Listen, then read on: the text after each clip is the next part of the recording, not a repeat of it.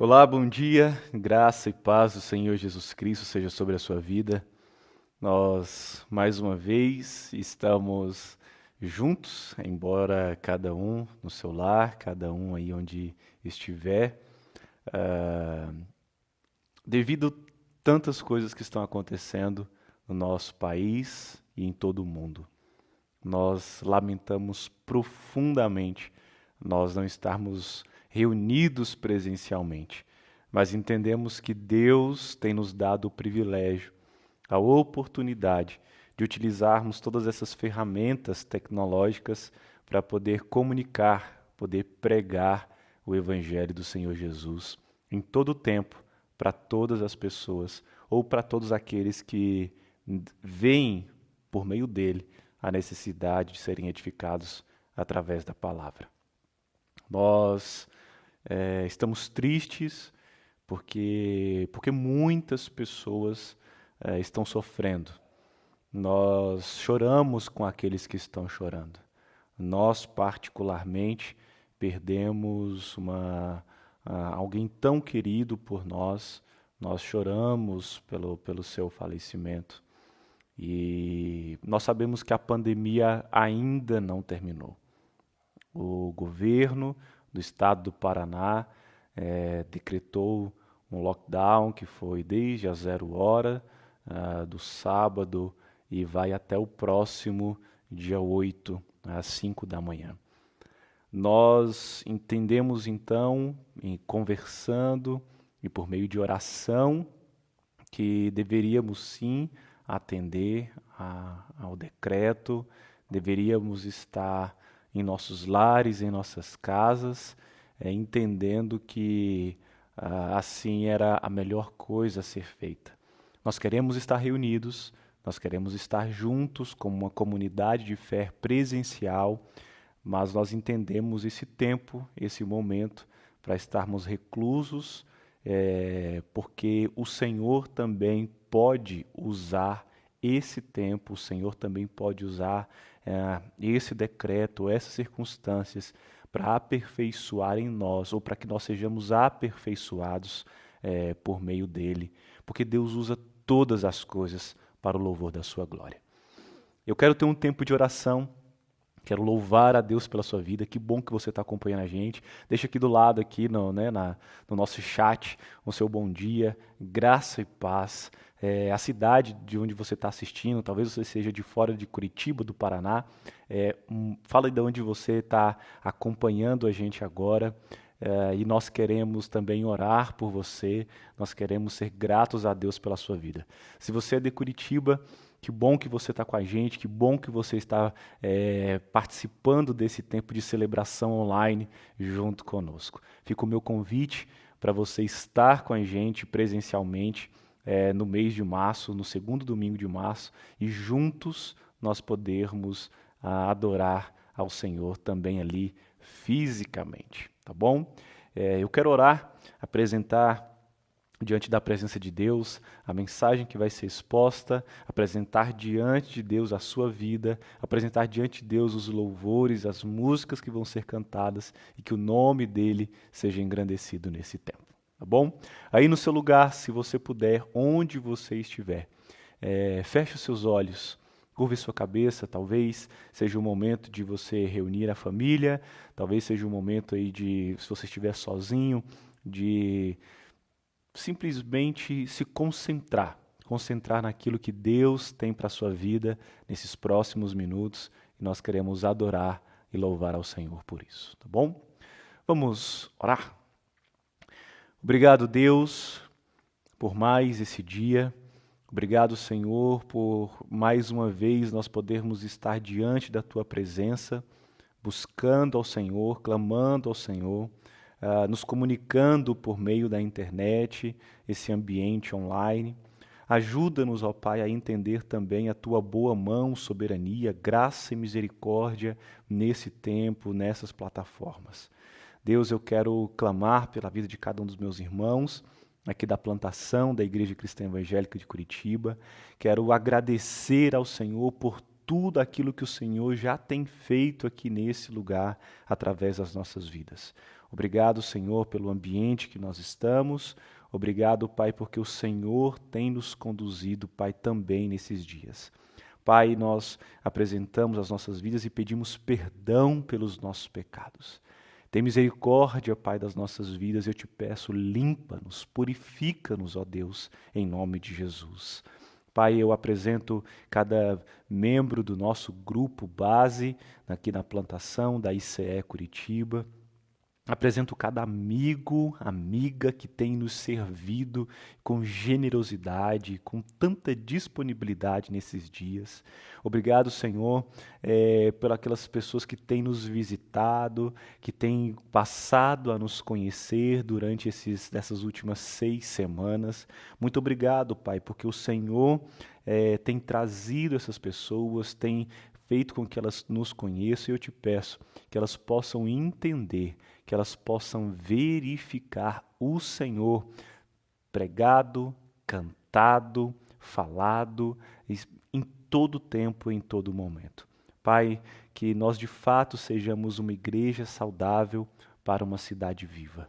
Senhor, eu oro pelos nossos governantes, eu oro por esse tempo de lockdown aqui em todo o estado do Paraná, que a tua boa mão seja sobre a vida deles. Eu te peço, Pai, que nesse tempo, que nesse momento, durante esses próximos dias, nós possamos ser levados pelo Senhor à estatura que o Senhor quer e tem para nós, para esses dias. Seja conosco, Pai, nesses próximos minutos, com as músicas, com a palavra. Ajuda-nos, Senhor, a compreender e conhecer mais de Ti. Eu oro, Pai, com gratidão por Jesus. Amém. Amém. Vamos celebrar o nosso Deus.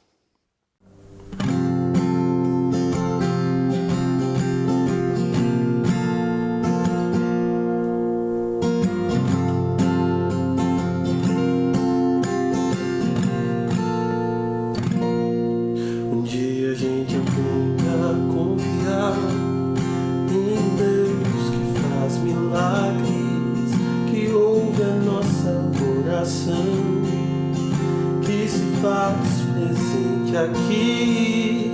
Um dia a gente ainda dá um passo só de cada vez, mas sem duvidar, mas sem duvidar que Ele continua sendo bom, que Ele continua sendo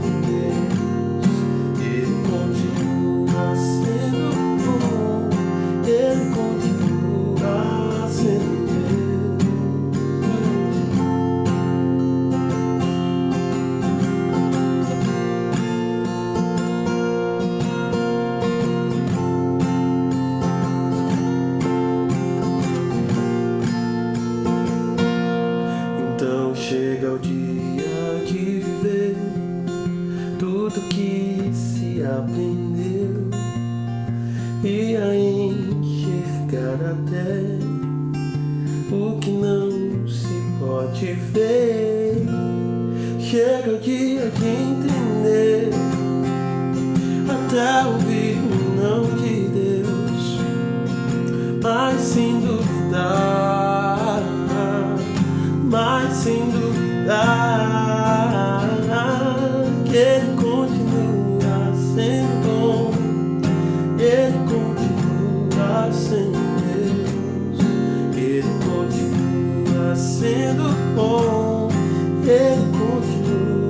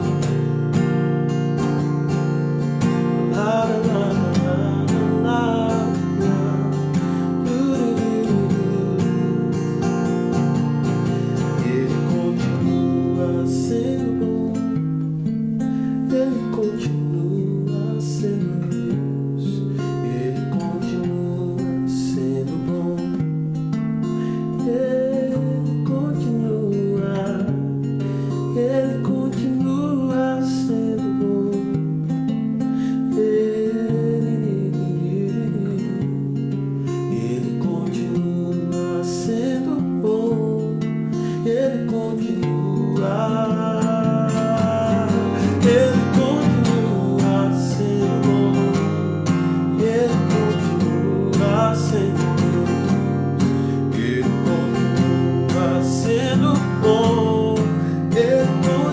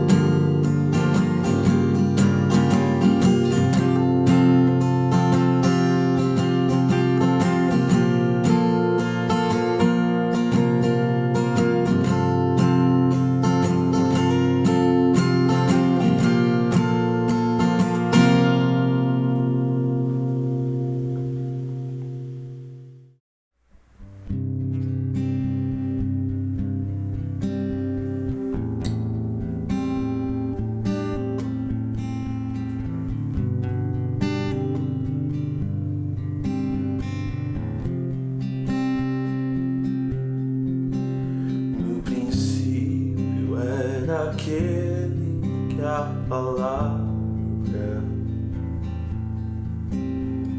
estava com Deus e era Deus.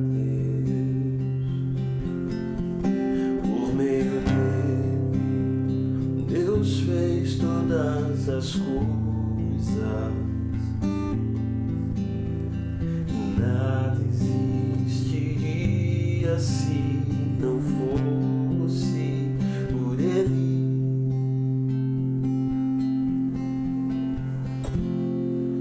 Ele é a luz que brilha na escuridão, e as trevas não podem o deter. A plenitude toda a criação, palavra eterna que se encarnou.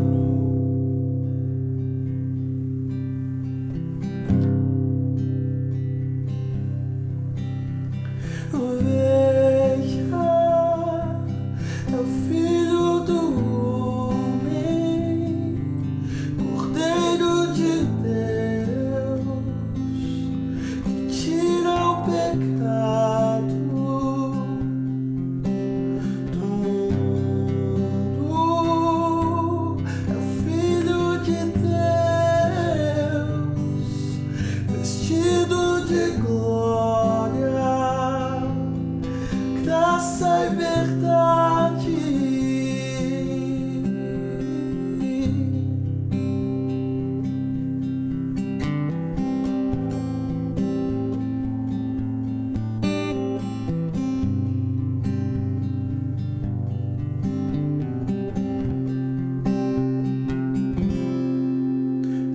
A luz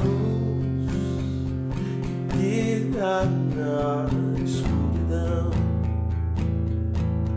e as trevas não podem o deter. A plenitude de toda a criação, palavra eterna que se encarnou.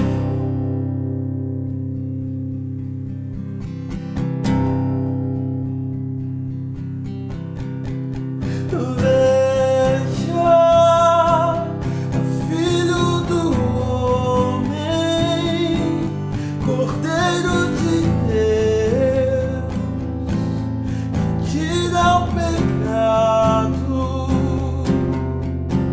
do mundo.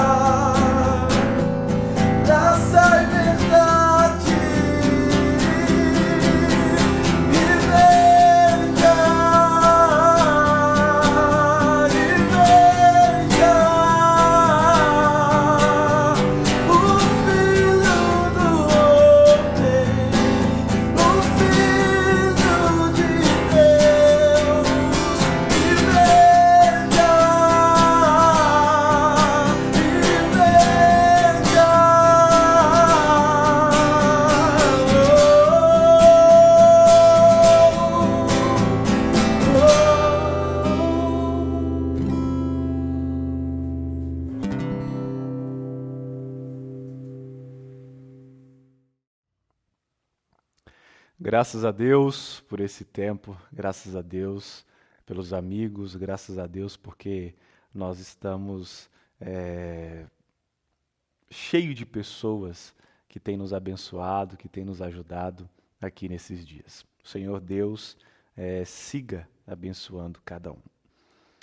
Nós temos falado sobre o livro de Juízes, uma série chamada O Único Herói, uma série que retrata, que mostra a história de homens e mulheres, como vimos na última semana, homens e mulheres que foram levantados por Deus com palavras de sabedoria, foram levantados por Deus como pessoas de guerra, estrategistas, que sabem utilizar a espada. E agora nós chegamos no quarto episódio dessa série e mostra um homem chamado Gideão, mais um juiz, mais um homem que Deus levanta para poder julgar, para poder libertar o povo que leva o nome do seu próprio Deus, Israel. Eu quero compartilhar, quero ler agora com você Juízes, capítulo 6, e assim como havia falado e também coloquei nas redes sociais, para uma melhor compreensão desse episódio de hoje, eu recomendei a leitura do capítulo 6 até o capítulo 8. Então, eu não vou ler os capítulos 6, 7 e 8, eu vou ler apenas a primeira parte, aqui, alguns poucos versículos do capítulo 6, e vou tentar expor, obviamente, não exaustivamente todos os versículos desses 3 capítulos, mas falando aqui sobre a história de Gideão, tá bom? Então, se você puder, se você tiver o seu exemplar aí da Bíblia, pegue comigo Juízes, capítulo 6, a partir do versículo 1. Juízes 6 e versículo 1. Mais uma vez, Deus abençoe sua vida, que bom que você recebeu esse link. Se você ainda não encaminhou esse link para alguém, manda o link para alguém, compartilha aqui esse vídeo, clica aqui no like, no gostei, deixa o seu comentário, interaja com a gente, com certeza vai ser muito bom você mostrar isso para outras pessoas, encaminhar para outras pessoas, e quanto mais pessoas nós tivermos aqui, vai ser bênção com certeza para as nossas vidas, tá bom? Então vamos lá? Juízes, capítulo 6, versículo 1 diz assim: Os filhos de Israel fizeram o que era mal aos olhos do Senhor e por isso os entregou nas mãos dos midianitas durante 7 anos. Os midianitas prevaleceram contra Israel e por causa dos midianitas os filhos de Israel fizeram para si as covas que estão nos montes, as cavernas e as fortificações. Porque cada vez que os israelitas semeavam, os midianitas, os amalequitas e os povos do Oriente os atacavam. Acampavam em Israel, destruindo os produtos da terra até a vizinhança de Gaza, e não deixavam em Israel sustento algum, nem ovelhas, nem bois, nem jumentos, pois vinham com o seu gado e as suas tendas como uma nuvem de gafanhotos. Eram tantos que não se podiam contar, nem a eles, nem aos seus camelos, e entravam na terra para a destruir. Assim, Israel ficou muito debilitado com a presença dos midianitas. Então os filhos de Israel clamaram ao Senhor. Quando os filhos de Israel clamaram ao Senhor, por causa dos midianitas, o Senhor lhes enviou um profeta que lhes disse: Assim diz o Senhor, Deus de Israel: Eu tirei vocês do Egito, da casa da servidão, e eu os livrei das mãos dos egípcios e das mãos de todos os opressores. Eu os expulsei e dei a vocês a terra deles. E disse: Eu sou o Senhor, o Deus de vocês. Não adorem os deuses dos amorreus, em cuja terra vocês estão morando. Mas vocês não deram ouvidos à minha voz. Somente até o versículo 10, e daqui para frente a gente vai lendo e acompanhando alguns versículos que separei para que nós possamos meditar aqui na história de Gideão. Vamos orar mais uma vez? Obrigado, Senhor, pelas canções, obrigado pela generosidade e disponibilidade dos meus irmãos. Obrigado pela leitura aqui da Tua Palavra, esses poucos versículos do capítulo 6, que nós possamos ser edificados, que a Tua Palavra produza em nós aquilo que é necessário para que nós glorifiquemos o Teu santo nome. Ajuda-nos, Pai, eu te peço, não me permita atrapalhar o Teu Espírito Santo. Eu oro por Jesus. Amém, amém, amém. A primeira resposta de Deus ao clamor dos israelitas não é enviar de imediato, como ele já tinha feito, Deus, já tinha feito anteriormente, não é enviar de imediato o Salvador, aquele que vai vir com a espada, ou aquela que vinha com uma palavra de pacificar, ou para pacificar as questões éticas, morais, sociais daquela sociedade. Deus ele não envia a salvação, ou o Salvador, a Salvadora. Deus ele dá um sermão, ele envia um profeta para mostrar para aquelas pessoas que aquilo que ele esperava do seu povo era muito mais do que um simples remorso, do que uma simples culpa. O que Deus queria que o seu povo entendesse é que aquele povo precisava ser transformado por meio da palavra, por meio da sã doutrina, como nós vemos lá no Novo Testamento, os autores colocando para nós. O ciclo aqui começa mais uma vez a se repetir e nós estamos falando sobre isso repetidas vezes, seja nas exposições do domingo ou no nosso GR, o nosso grupo de relacionamento das quartas-feiras. O ciclo se repete. Mais uma vez, o capítulo 6 começa dizendo que os filhos de Israel fizeram aquilo que era mal, ou seja, desobedeceram a Deus. Aquilo que os olhos do Senhor estavam vendo era mal, era desobediência, era simplesmente algo que ia de encontro à vontade de Deus. Então, os filhos de Israel, que estavam já aqui sendo subjugados durante 7 anos, constroem para si covas, eles fazem cavernas, fortificações, e os midianitas, eles eram muito pontuais na forma de perseguir o povo de Israel. Todas as vezes que eles plantavam, eles iam lá e destruíam e pegavam aquele fruto, ou tudo aquilo que o povo de Israel fazia, não vingava, não florescia, não frutificava, e eles não participavam daquela colheita, ou seja, eles não colhiam do fruto daquilo que eles tinham plantado. A fome era evidente, eles foram enfraquecendo, a fragilidade do povo de Israel foi tão grande durante esses 7 anos, que agora, mais uma vez, o povo se coloca a clamar, a buscar o Senhor Deus. Como introduzi, Deus ele não manda alguém para salvar, mas Deus ele quer ensinar.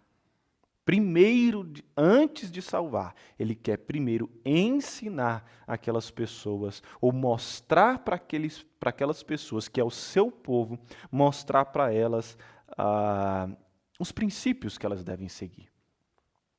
Aqui nós já começamos a entender algo daquilo que é de Deus, daquilo que é inerente, daquilo que é intrínseco do próprio Deus de Israel. Ele quer muito mais do que simples ou meramente um sistema de obediência do tipo certo ou errado, faça isso e você terá aquilo. Não é simplesmente meritocracia, ou não é apenas meritocracia.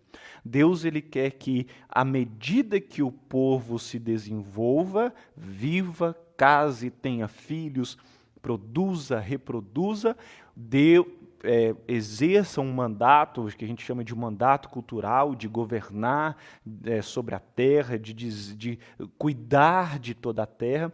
Deus, ele quer desse povo um relacionamento em tudo, em todo tempo, em todo momento. Enquanto eles estivessem indo, enquanto eles estivessem vivendo, que fosse algo bom, que fosse algo natural. Mas o povo, ele se esquecia de Deus e fazia aquilo que era mal aos olhos do Senhor. Israel fica muito debilitado, eles clamam ao Senhor e o Senhor então manda um profeta para poder ensinar aquele povo ou lembrar aquele povo daquilo que ele havia feito. Veja só o versículo 8. O Senhor lhes enviou um profeta que lhes disse: assim diz o Senhor, Deus de Israel, eu tirei vocês do Egito, da casa da servidão. Eu os livrei da mão dos egípcios e das mãos de todos os opressores. Eu os expulsei e dei a vocês a terra deles. E disse: eu sou o Senhor, o Deus de vocês. Não adorem os deuses dos amorreus, em cuja terra vocês estão morando. Mas vocês não deram ouvidos à minha voz. Deus mostra para aquelas pessoas quem elas são. Mostra para aquelas pessoas o que ele fez e, sobretudo, quem ele é. É Deus mostrando para o povo seu e dizendo para eles: olha, eu sou o Deus que fez todas essas coisas. A facilidade com que o povo de Deus esquece de quem Deus é faz com que Deus tenha que relembrar sempre e sempre de quem ele é e o que ele fez. Nós precisamos, então, para os nossos dias, essa mensagem escrita há tantos anos também se aplica a nós, porque, vez por outra, nós esquecemos de quem Deus é e de o que Ele fez por nós. Aqui nós temos esse ensinamento para as nossas vidas. O anjo do Senhor, então, vem e senta-se debaixo do carvalho que está em Ofra, que pertencia a Joás, da família de Abiezer. Então, o filho de Joás, chamado Gideão, aparece na história. Então o Senhor, ele diz e aparece a Gideão e fala assim: olha, o Senhor está com você, homem valente. Veja que aqui no versículo 12, há uma afirmação do anjo do Senhor. Essa personificação do próprio Deus é um tanto confuso muitas vezes nós entendermos isso. O próprio Gideão vai ter esse diálogo com esse anjo do Senhor e o próprio Senhor, e ele vai ficar confuso e pedir para esse anjo do Senhor, para essa manifestação, para essa personificação do próprio Deus, para mostrar para ele e confirmar para ele quem Deus é. Então, esse anjo do Senhor fala que esse Gideão é um homem forte, é um homem valente, ele tem força e ele faz questão de afirmar isso logo no começo da sua interação. E ele fala: olha, o Senhor está com você. E é interessante observar que, primeiro, ele diz que o Senhor está com você. Esse anjo do Senhor diz: o Senhor está com você, Gideão, e você é um homem valente. São duas afirmações muito interessantes que nós precisamos entender para os nossos dias. E agora Gideão, ele vai fazer uma coisa que eu e você fazemos ela com uma naturalidade que nos é muito peculiar. Ele vai falar o seguinte: olha, se o Senhor está conosco, me diga, por que todas essas coisas estão acontecendo? Vocês não estão vendo, ou o Senhor não está vendo o que está acontecendo conosco? Veja só. E é interessante porque Gideão, o texto vai nos ensinar, nos mostrar, que Gideão ele está malhando o trigo, ou seja, ele está cuidando ali do trigo, daquelas sementes, ele está ali separando a palha da semente, está ali malhando o trigo dentro de um lagar. Um local que era como se fosse uma grande vasilha, um odre, um local de espremer, de esmagar a uva.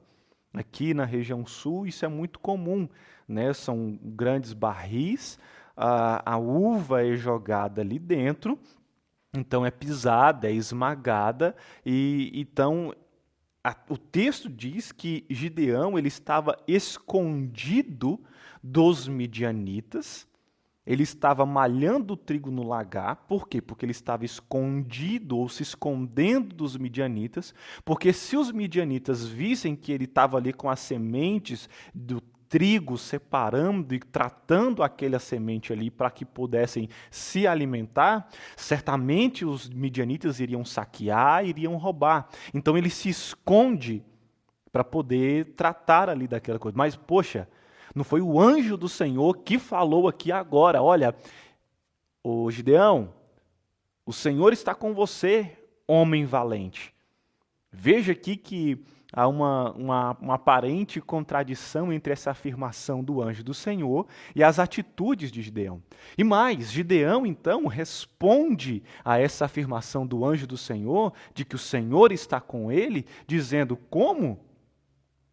Então por que isso está acontecendo? E eu já quero começar a aplicar isso para a minha vida, para a sua vida, para esses dias, para essa semana, para o meio desse decreto, para a sequência das nossas vidas, porque nós entendemos que esta pandemia ainda não acabou e que os dias de fato não são fáceis. Nós temos uma enorme dificuldade de entender que Deus também pode usar os maus momentos para nos ensinar.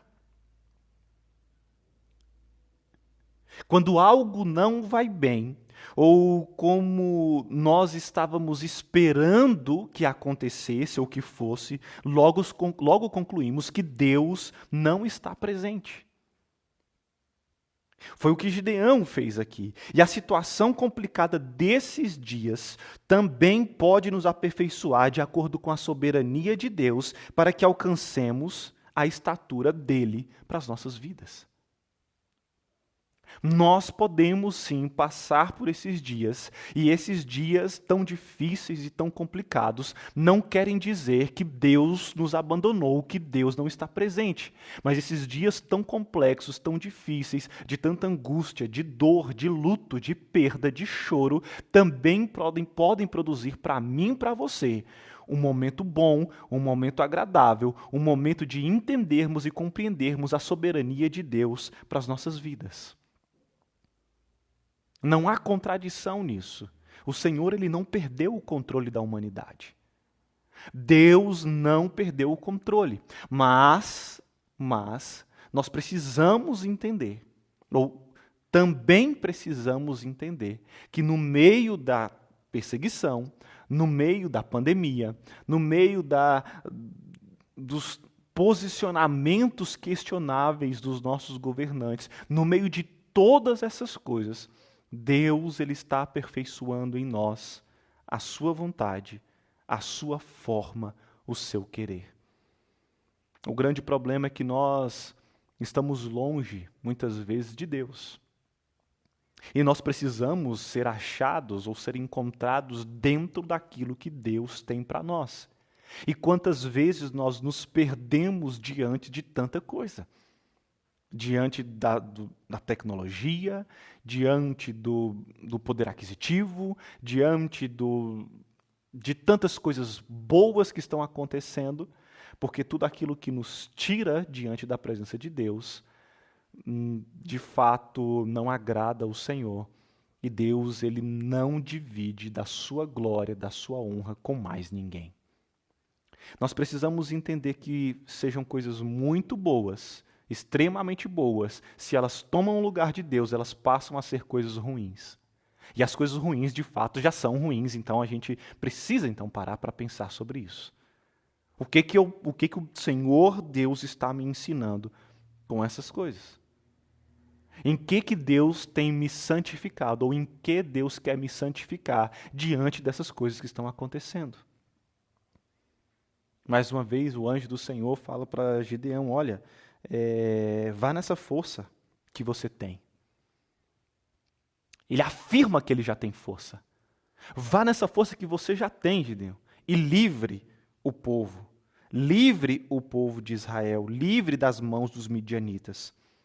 Não é verdade que eu estou enviando você? Veja o questionamento. Não é verdade que eu estou enviando você? Gideão, então, agora, mais uma vez, não obstante a sua primeira a sua primeira interação e resposta com o anjo do Senhor, dizendo, olha, o Senhor está comigo, o Senhor está deixando essas coisas acontecerem. Agora, de novo, Gideão tem mais uma questão, mais uma desculpa para apresentar para o anjo do Senhor. Ah, meu Senhor, como é que eu livrarei Israel? Eis que a minha família é a mais pobre em Manassés, ou seja, ele era da tribo menos privilegiada. Eu sou o menor da casa de meu pai. Lembra lá, né, de Joás? Eu sou o menor da casa do meu pai. Como é que isso pode acontecer? Então o Senhor, mais uma vez, diz para ele, olha só que agora já não é mais o anjo do Senhor, mas o Senhor disse, já que eu estou ao seu lado, você derrotará os midianitas como se fossem um só homem. A leitura dos capítulos 6, 7 e 8 vai mostrar para nós que os jumentos, o gado, o número de pessoas dos midianitas e de toda a terra do Oriente, dos amalequitas, eram tão numerosos que a numeração da época não podia dizer quantos eram. Eles eram tão numerosos, e aqui faz uma menção muito comum, sobretudo em Abraão, quando diz que eles eram numerosos como a areia do mar, da praia. Eles eram como uma nuvem de gafanhotos, fazendo aqui, talvez uma menção aqui, à ideia de Moisés com os gafanhotos que cobriam a face da terra. E agora o Senhor está dizendo, olha, eu estarei com você, eu estarei ao seu lado e você derrotará os midianitas como se fossem um só homem. Os extremos aqui apresentados de uma multidão que não se pode contar, de uma nuvem de gafanhotos para um só homem, mostra o que Deus pode fazer, porque Ele tem todo o poder para poder conceder a vitória para os seus. Gideão responde, se de fato encontrei favor aos teus olhos, dá-me um sinal de que és tu, Senhor, que está falando comigo. E ele então pede para que o anjo, o Senhor, não suma dali, que ele permaneça ali. Então o Gideão ele vai preparar um altar, ele vai preparar uma oferta, ele vai preparar um cabrito, pães sem fermento e vai apresentar aquilo como oferta. Veja, como nós aprendemos aqui. Quando Gideão pede para que o anjo do Senhor, o Senhor, espere, ele está querendo saber quem é que está falando com ele. Ele está pedindo para conhecer um pouco mais de quem é que está falando com ele. Porque assim, eu vou. Você falou que eu tenho força? Ok. Você falou que estará ao meu lado? Tudo bem. Vou vencer? Vou. O Senhor está me mandando? Tudo tá. Então deixa eu saber quem é o Senhor que está falando comigo. Eu preciso saber quem é o Senhor, eu vou buscar conhecer quem é o Senhor. Então aquele anjo espera, ele vai então preparar uma oferta, ele vai oferecer algo diante daquele anjo que está ali, o anjo do Senhor. Então o anjo do Senhor espera, ele parou, então ele dá a ordem, olha, pegue a carne, pegue os pães sem fermento, coloque-os sobre a rocha. Depois derrame o caldo por cima, e foi o que Gideão fez. Então o anjo do Senhor, ele estende a ponta do cajado que trazia na mão, versículo 21, e toca a carne e os pães sem fermento.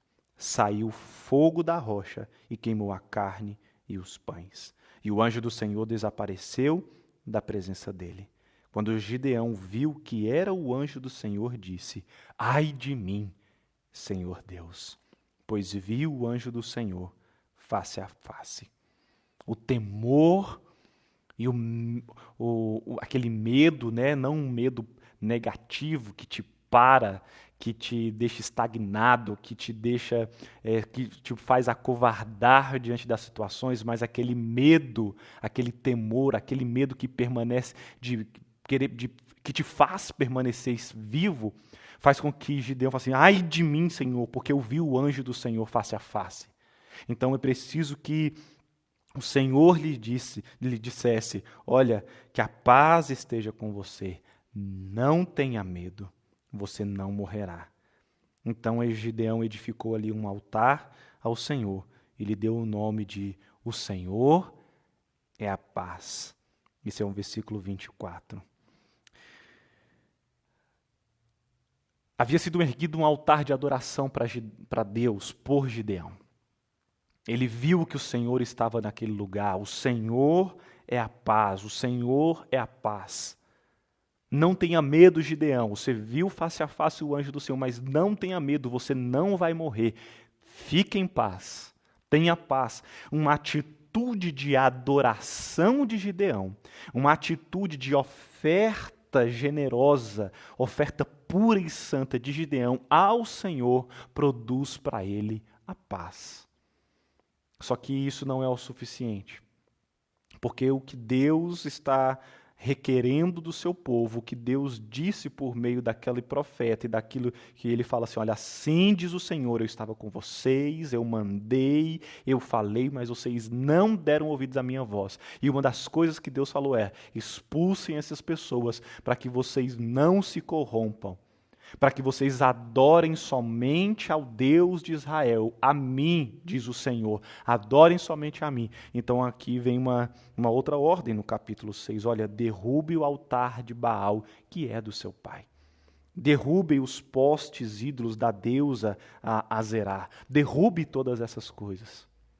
Gideão entende aquilo, mas ainda com um temor e um medo da casa de seu pai, do que poderiam dizer, ele espera para que seja a noite, para que ele então derrube lá o altar de Baal, derrube o poste ídolo, o poste da deusa Azerá.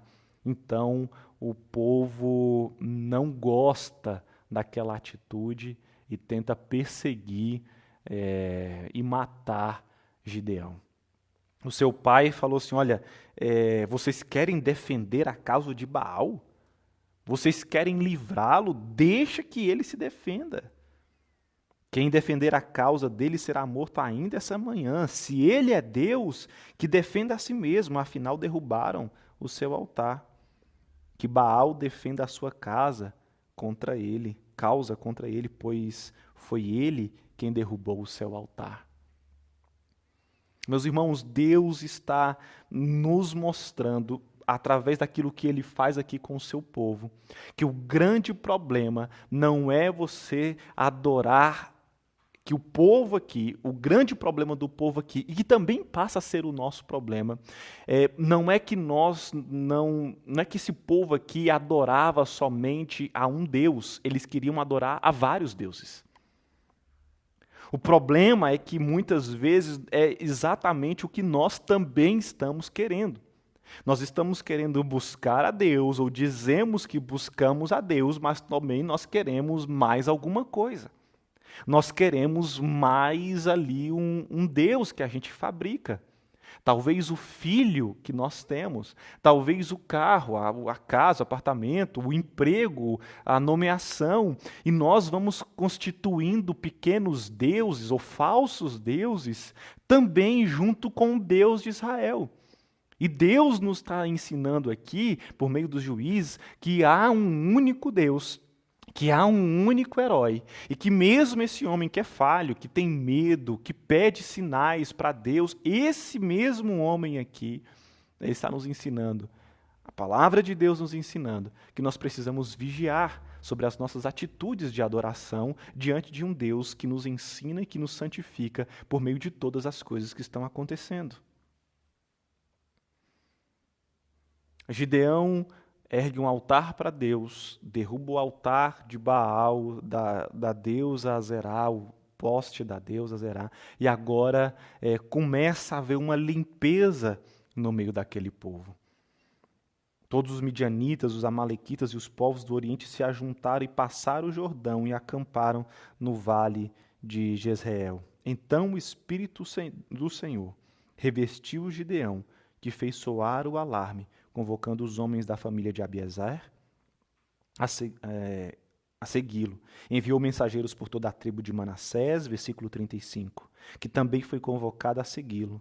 Enviou ainda mais mensageiros, a Azer, Zebulon e Naftali. De novo, Zebulon e Naftali, os mesmos que haviam guerreado anteriormente, que foram se encontrar com ele. Então Gideão se dirigiu a Deus, dizendo: se realmente queres livrar Israel por minha mão, como disseste, eis que eu porei uma porção de lã na eira.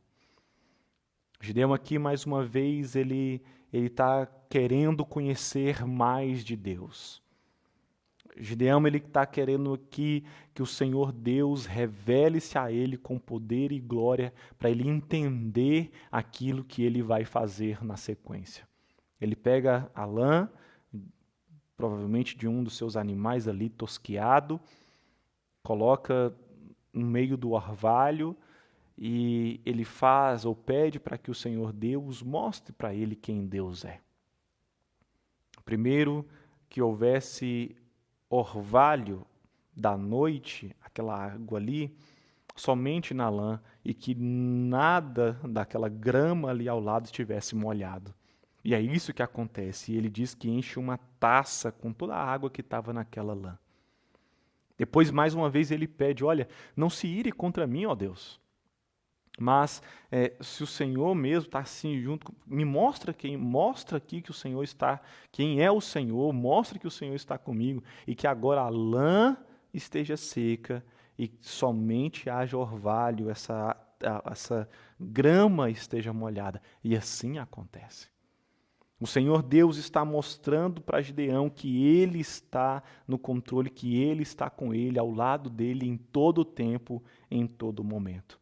E o que acontece é que Gideão, ele vence os midianitas, mas não como ele estava querendo. Note, veja, nós acabamos de verificar que Gideão estava com muitas pessoas, estavam com muitas famílias, seja de Azer, de Zebulon, de Naftali, homens que foram convocados de todos os lados, mas agora a palavra do Senhor para Gideão é: olha, é demais o povo que está com você. É muita gente. E, de novo, nosso bom senso que nós estamos vendo ao longo dessa série, o nosso bom senso nos faz pensar: bom, mas se aqueles 900 carros de guerra contra um exército aqui bem menor, agora a guerra está páreo a páreo, agora nós vamos conseguir vencer. E nós vamos ver aqui na sequência do capítulo 7 que são muitos homens. A convocação para a guerra de Gideão, né, a ideia aqui de os homens, né, no Brasil, por exemplo, os homens no Brasil são convocados a fazer o seu alistamento militar quando completam 18 anos. E eles ficam, se eu não me engano, depois a gente pode até corrigir aí, ficam até os 45 anos em disponibilidade para poder servir caso haja uma convocação para a guerra. Veja isso. Aqui é uma convocação para a guerra, mais de 32 mil homens são chamados de todos esses, e o Senhor fala assim: não, é demais o povo que está com você. Bom, mas se 32 mil é demais, são tantos, são muitos, mas eles não são tantos assim como aquela areia da praia, ou como uma nuvem de gafanhotos que cobre tudo e que não dá para ver, ou que os números, o sistema de contagem da época, imagine, o sistema de contagem da época não conseguia precisar quantos eram os dos midianitas, o exército dos amalequitas, o exército dos povos do Oriente. O Senhor, não, é muita gente. É demais o povo que está com você para eu entregar os midianitas nas suas mãos. Israel poderia se gloriar contra mim, dizendo: a minha própria mão me livrou. Veja que Deus não dá a glória para ninguém. E se fossem tantos homens guerrear contra os midianitas, talvez o povo de Israel poderia se inflamar contra o próprio Deus. Portanto, anuncia ao povo o seguinte: quem estiver assustado e com medo, saia da região montanhosa de Gileade e volte para casa. Então, daqueles 32, 22.000 voltaram. 10.000 ficaram. Daquela grande maioria, daquele grande e numeroso exército, dos 32.000, 22.000 estavam com medo, estavam assustados e voltaram para a região de Gileade para dentro das suas tendas. Apenas 10.000 ficaram. E agora assim, não, agora nós vamos para a guerra, agora só tem 10.000, é uma multidão sem fim, os números não aqui na calculadora aqui, né, claro, calculadora, não pode aqui contar, então agora nós vamos. Não, a palavra do Senhor ainda veio a Gideão dizendo, ainda há povo demais. Meus irmãos, a lógica de Deus é diferente da nossa. A maneira como Deus age com os seus, com aqueles que Ele escolheu, com o povo que se chama pelo seu nome, que busca o Senhor, é diferente. Não adianta nós pensarmos que Deus vai agir na lógica que nós agimos, porque isso não é verdade. Não adianta nós pensarmos que Deus vai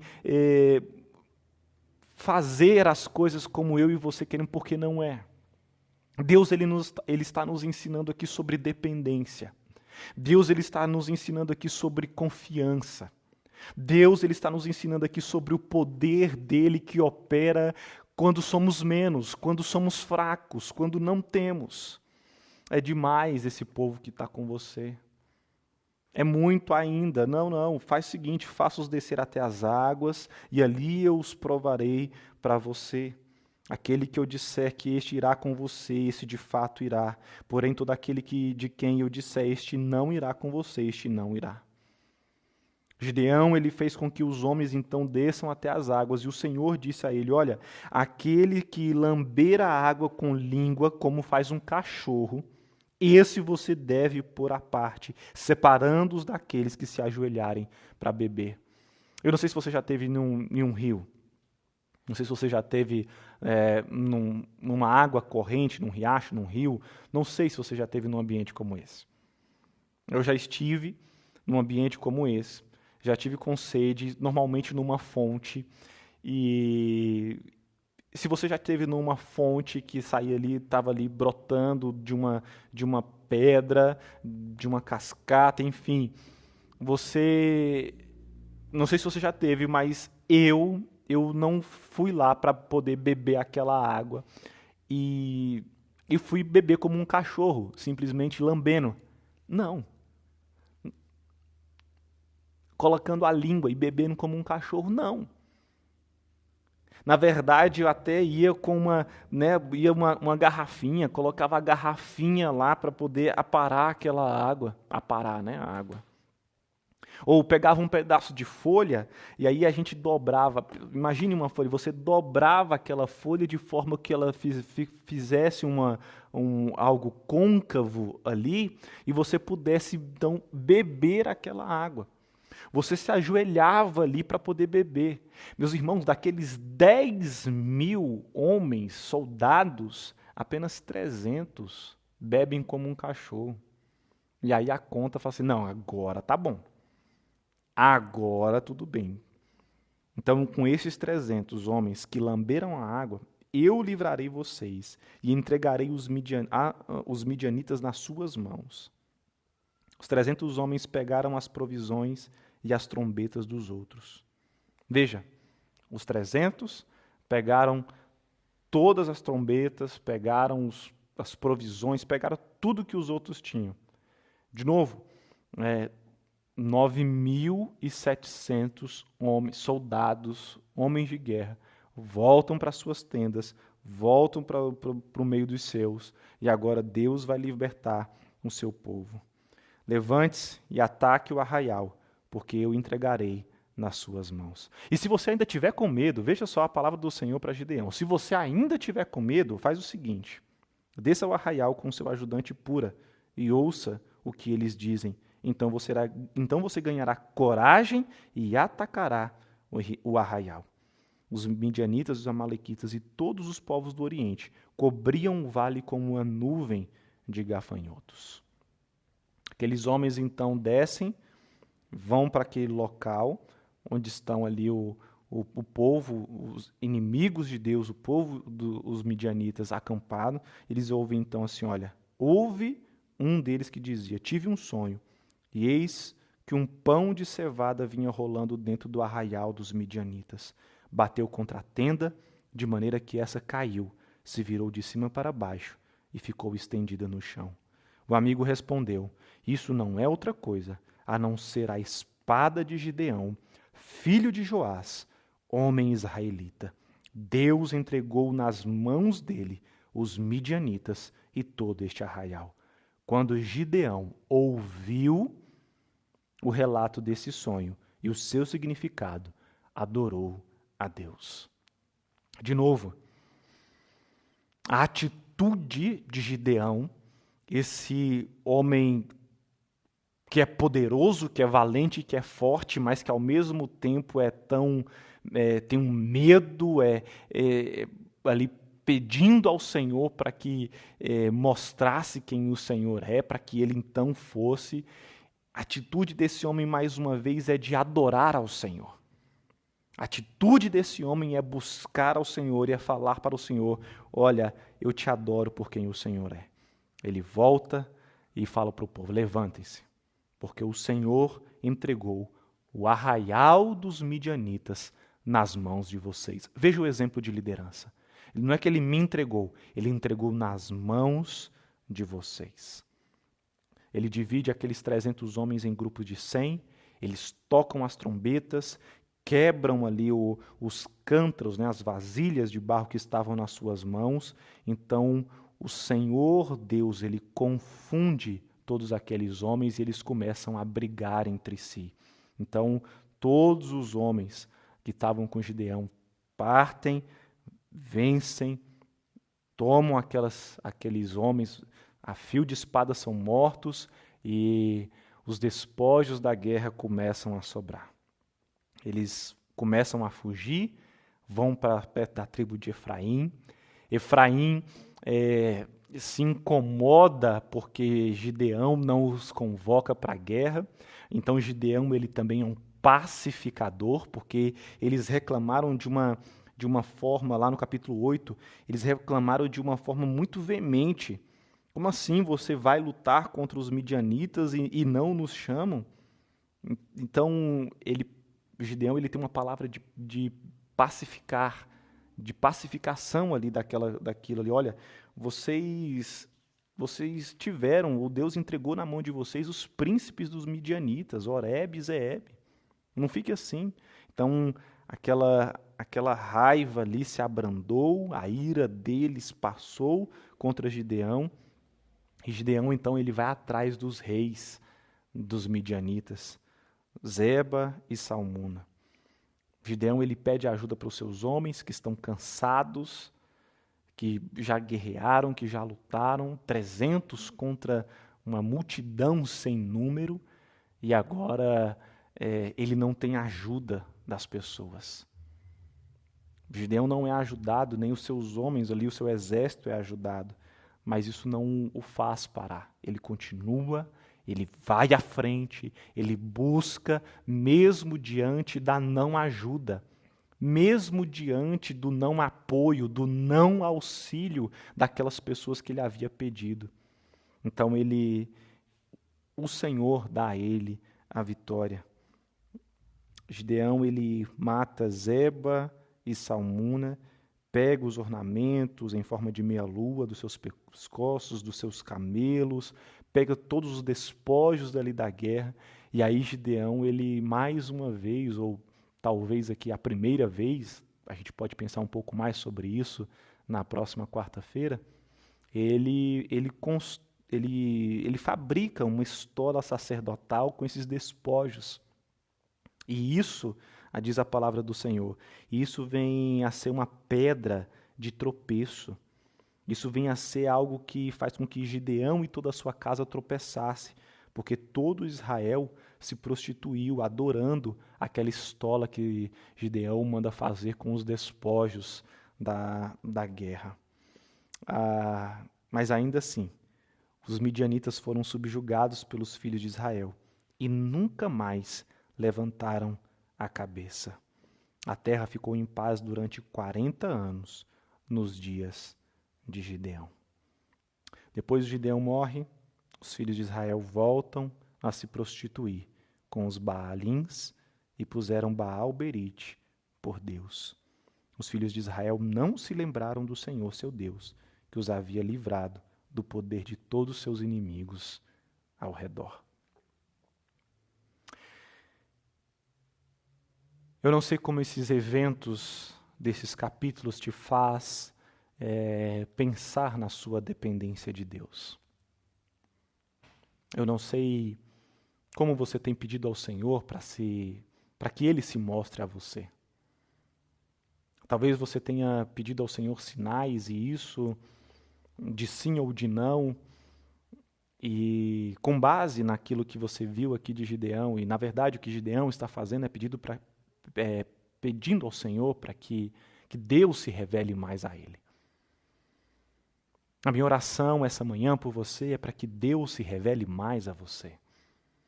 A minha oração essa manhã é para que você e eu sejamos menos reativos e mais proativos diante da presença de Deus. Não esperando que Deus simplesmente faça algo quando nós não temos mais nada, mas que nós venhamos, enquanto nós estamos passando por tudo que estamos passando, nós venhamos adorar ao Senhor, ou ter atitudes de adoração ao Senhor. Então a pergunta que eu te faço é: você tem adorado ao Senhor diante das circunstâncias? Uma outra pergunta é: será que o Deus de Israel é o nosso único Deus? Será que nós temos tido medo de confiar em Deus? E por que esse medo existe? Porque nós não conhecemos Deus. Porque se for porque nós não conhecemos Deus, eu quero te encorajar a conhecer a Deus. Pai, eu oro pela vida desse meu irmão, dessa minha irmã, que talvez esteja com medo nesse momento. Talvez esteja parado, estagnado, e eu quero te pedir, Pai, que o temor do Senhor tome essa casa, tome esse lar, esse coração, essa mente. Porque o temor do Senhor, Pai, é um princípio para saber, para sabedoria, para conhecer mais de Ti. E quando nós conhecemos o Senhor, nós seguimos em frente, nós vamos à luta, porque sabemos que o Senhor está ao nosso lado e a vitória será nossa. Pai, não deixa de nenhuma forma nós confiarmos apenas na nossa força. Sim, Pai, porque de alguma maneira nós temos força, mas nós só venceremos se o Senhor estiver conosco. Pai, todo medo que paralisa, que em nome de Jesus, Pai, não permaneça, mas que o temor que nos molda, que nos motiva, que nos encoraja, esteja conosco em todo o tempo. Ajuda-nos, Senhor, eu te peço. Em nome de Jesus. Amém. Amém. Amém. Que o Senhor Deus Ele possa nos fortalecer e falar conosco. Que nós possamos buscar pela palavra dEle em todo o tempo. E nada falte em nós, para nós, durante esses próximos dias. Confie no Senhor com toda a sua força, com todo o seu entendimento. Busque a Ele enquanto Ele pode ser encontrado. Se você ainda não conhece Jesus, se você ainda não conhecia Jesus, Ele é esse quem te fortalece. Somente Ele tem a palavra de vida eterna. Não há vida, não há vitória, não há força, se não for por meio do Cristo que se revelou. O mesmo Cristo que estava aqui, o mesmo Deus que estava aqui, é o mesmo Deus que opera hoje. Que o Senhor possa se revelar a mim, se revelar a você durante esses tempos, durante esses dias. Deus abençoe sua semana. Deus abençoe sua casa. Deus abençoe seu lar. Deus abençoe. E que nos próximos dias nós possamos juntos adorar ao Senhor, mesmo diante de toda circunstância. Com as respostas que nós tivermos, que a nossa atitude seja de adoração ao nome do Senhor Deus. Um grande abraço. Você que está com a gente aqui, muito bem-vindo. Será muito bem-vindo também presencialmente. Deus abençoe, em nome de Jesus.